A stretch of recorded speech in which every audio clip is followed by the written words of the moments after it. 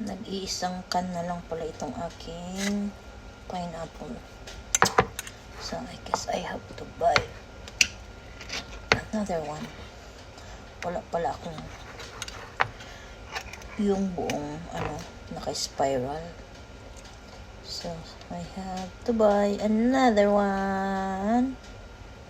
Kasi wala pa lang. Hindi sapat. Ano lang pala ito siya.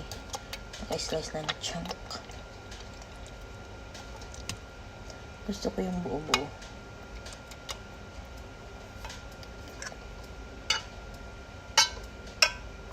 Tsaka, ayaw ko rin sana ng matamis.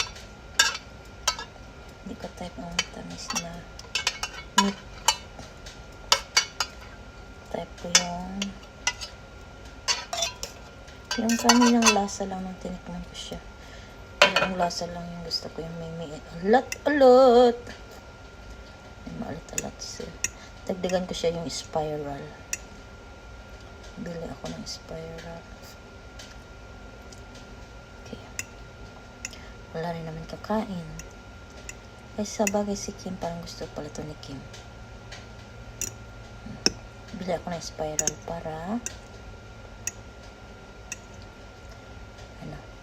tsaka mamaya ko siya i-bake dahil bibili pa ako ng spiral na pineapple.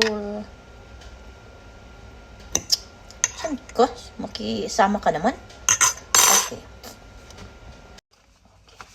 Kuwera na natin siya.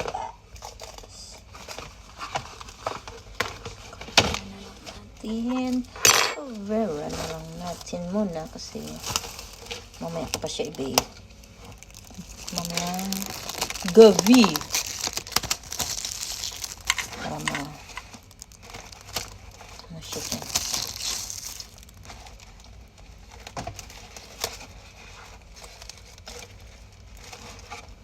And that's it. That's it.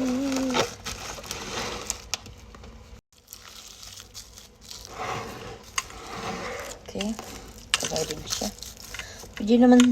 Pwede rin naman hindi siya takpan dahil wala naman langaw dito. Pero parang feeling kasi mas maganda pag nakatakip, di ba? Para hindi siya mag-evaporate. Paano mo evaporate yun?